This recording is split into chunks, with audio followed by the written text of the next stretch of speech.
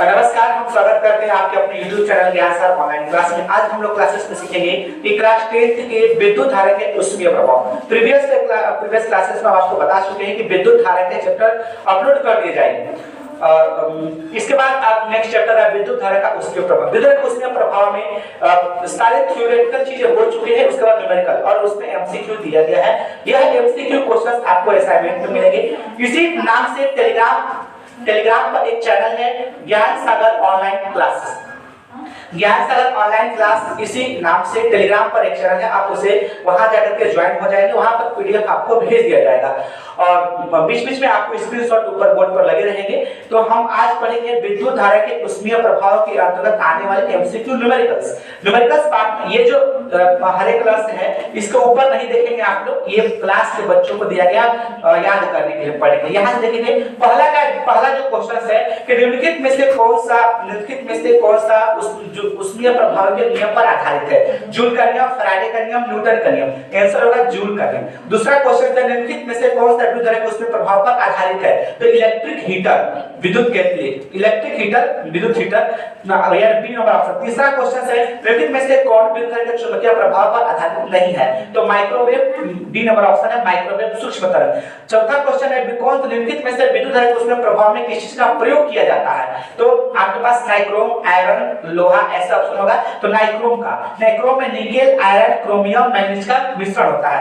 पांचवा क्वेश्चन है कि R बराबर 4 ओम, T बराबर 1 सेकंड, H बराबर 100 जूल है, तो V का मान निकालना है। तो आपको पता होगा कि H बराबर सूत्र होता है I स्क्वायर RT। यहां पे सब सूत्र का लिख दिए हम, H बराबर I स्क्वायर RT। यहां से H का वैल्यू 100 जूल, I का वैल्यू यहां पे नहीं है, R का वैल्यू 4 ओम, T का वैल्यू 1 दिए, I स्क्वायर का मान यहां से I निकाल लिए। यहां से बोला V निकालो, तो V बराबर क्या होता है IR। यहां से I का मान नहीं था तो हम डब्बा छोड़ दिए थे, यहां से 5 लिख देंगे। तो यहां देगा 5 के 20 वोल्ट। ठीक है, आइए मानव शरीर का प्रतिरोध कितना होता है? यहाँ पे 30 लाख ओम है, 30 लाख है, 30 लाख। ठीक है, 30 लाख, 3 लाख दिखा है क्या? नहीं, सैकड़ा, हजार, 10,000, लाख। ठीक है, 3 लाख, 3 लाख। ठीक है, 3 पर 5 जीरो है, 3 लाख ओम। मानव शरीर का प्रतिरोध 3 लाख ओम है। यहाँ पे 7वां नंबर क्वेश्चन, R बराबर 20 ओम, H बराबर 5 एम्पियर, T बराबर 30 सेकंड। तो H का मान निकालना, यही सूत्र प्रयोग होगा आपको। H बराबर I स्क्वायर RT। यहाँ से I स्क्वायर 5 का 25, R 20 ओम और T 30 सेकंड दिया, वैल्यू यहाँ पे आ गया 15,000 जूल। 8वां नंबर एक कार है, कार के हेडलाइट से 12 वोल्ट का बैटरी से जोड़ दिया गया है और इसे 6 एम्पियर की धारा दी जाती है, 20 मिनट तक दी जाती है। मिनट को सेकंड में बदल लिया, 10 से बढ़ा करके 1200 सेकंड आ जाएगी। अब यहाँ पर ई यानी खपत की गई विद्युत ऊर्जा बताना है। ऊर्जा को हम लोग W से भी सब्स्टिट्यूट कर सकते हैं, क्योंकि जितना ऊर्जा उतने वर्क होगा, वर्क भी लिख सकते हैं। तो वर्क बराबर सूत्र जानते हैं VQ, उल्टा है वर्क बराबर VQ, W बराबर VQ। कैसे? V बराबर W बाई Q। तो W बराबर क्या होगा? Q किधर ला देंगे तो VQ। तो वर्क बराबर VQ हो जाएगा, यानी वर्क को एनर्जी कहेंगे यहाँ पे, यानी खपत की गई ऊर्जा, यानी वर्क या एनर्जी एक ही चीज है। तो यहाँ पे बराबर मतलब यहाँ के सेंस में केवल एक ही चीज है। ठीक है, तो वर्क बराबर यहाँ पे VQ, V का वैल्यू है 12 वोल्ट, Q बराबर नहीं दिया हुआ है, तो हम Q का सूत्र जानते हैं I गुणे T, यानी यहाँ पे देख सकते हैं Q बराबर IT एक सूत्र होता है।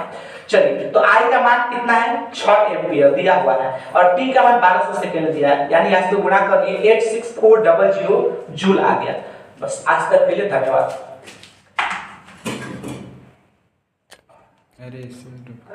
एक क्वेश्चन है 9 नंबर क्वेश्चन। ये क्वेश्चन आपको असाइनमेंट में ही मिलेगी, असाइनमेंट में दिया गया है क्वेश्चन। किसी धारावाही तार में 4 सेकंड में उत्पन्न ऊष्मा 40 जूल है, यदि धारा दोगुनी कर दें। तो पहले इस लाइन को पढ़ते हैं हम लोग और यहाँ दिया है किसी धारावाही तार है, यानी एक तार है, मान लीजिए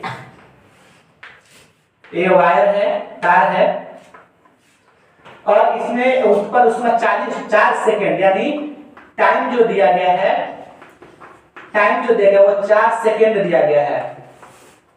ठीक है, इसके बाद 40 जूल, H बराबर दिया है 40 जूल। अब बोलते हैं यदि, देखिए जब कभी भी यदि का सवाल आता है, यदि रहता है पाई पार लेते, 2 भाग में बांट लेते, इसके बाद डाटा उधर लिखते, एक ही में डाटा लिखेंगे, समझ में नहीं आएगा।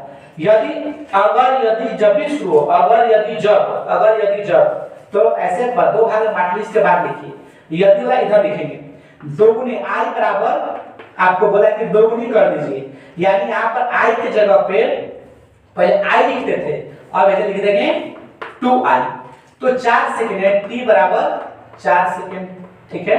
तो उत्पन्न उष्मा यानी E बराबर वाट। अरे भैया E को हम h लिख सकते हैं, h बराबर वाट। एक काम करते हैं, हमको एक चीज ऐसा है जहां इसका सूत्र होता है h बराबर i स्क्वायर r t, यानी यहाँ 40 लिख देंगे, i नहीं है छोड़ देंगे, r भी नहीं है छोड़ देंगे, t कितना दिया है 4, यहाँ से i स्क्वायर r बराबर 4 को उधर कर देंगे, डिवाइड में हो जाएगा 10 आएगा। अभी क्या आएगा ये अभी कुछ नहीं कर सकते, मतलब i स्क्वायर r का मान 10 होगा।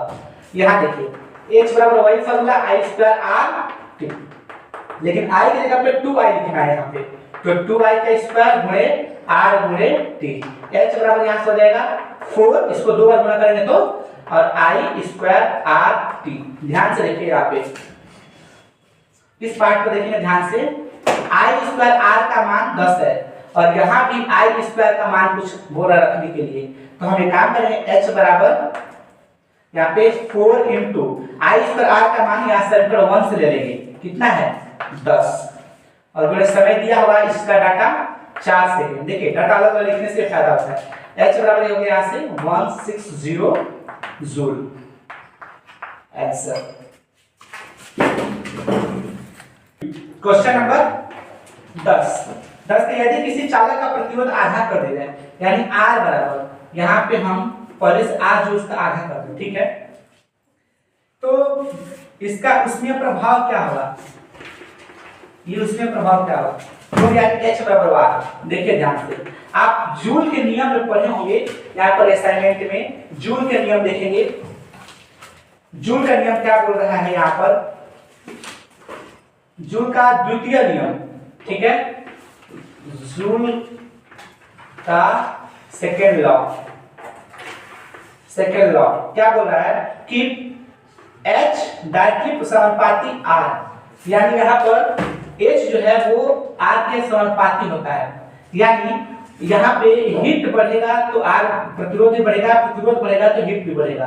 तो पहले तो R था, लेकिन अब यहाँ पे R आधा हो गया, तो हम लोग H भी क्या हो जाएगा, R आधा हो गया तो उष्मा भी आधा हो जाएगा। देखो ऑप्शन दिया है, आगे बढ़िए। क्वेश्चन नंबर प्रूफ कैसे करेंगे, प्रूफ नहीं करना है, जूल का नियम असाइनमेंट में दिया गया है, जाके देखिए द्वितीय नाम ये बोला है इसको दोगुना कीजिएगा तो भी दुगुना होगा, आधा के आधा हो जाएगा क्योंकि समानुपाती है, सिंपल सी बात। आगे देखिए, लेकिन इसको बना सकते हैं हम। पहले बोला क्या होता है, h बराबर बोला i स्क्वायर r t होता है, डाटा नहीं दिया छोड़ दो, जितना है उतना ले लेंगे। समीकरण नंबर 1। अगला बोले क्या बोला है कि i स्क्वायर r को आधा कर दो, कर दिए। समीकरण नंबर 2 h बराबर क्या आ गया बोलिए तो, यहाँ से अब देखिए इसमें ये होगा, इसमें हल होगा, दिख रहा है, देखिए ध्यान से, i स्क्वायर r टी भी है, हाँ, अब बट्टा में 2, तो हेकरा h डैश है, मतलब h नया है, नया वाला h, यानी इसके जगहिया पर रेड कलर के जगहिया पर हल लिख सकते हैं, देखिए ना h, तो बोल रहा है कि नया उसमें क्या हो जाएगा, पुराना का आधा हो जाएगा, समझ गए ऐसे। Method 2, question number 11। ये होमवर्क में यदि 10 ओम यानी R बराबर 10 ओम, प्रतिरोध कितना है, I बराबर 1.5 एम्पियर, ठीक है, तो विद्युत धारा बनती है तो 1 मिनट, T बराबर 1 मिनट मतलब 60 सेकंड, ठीक है। निष्कासित ऊर्जा E बराबर वाट, यानी आप जान E बराबर कहो चाहे H कहो, I स्क्वायर RT, आंसर आ जाएगा। चलिए चलो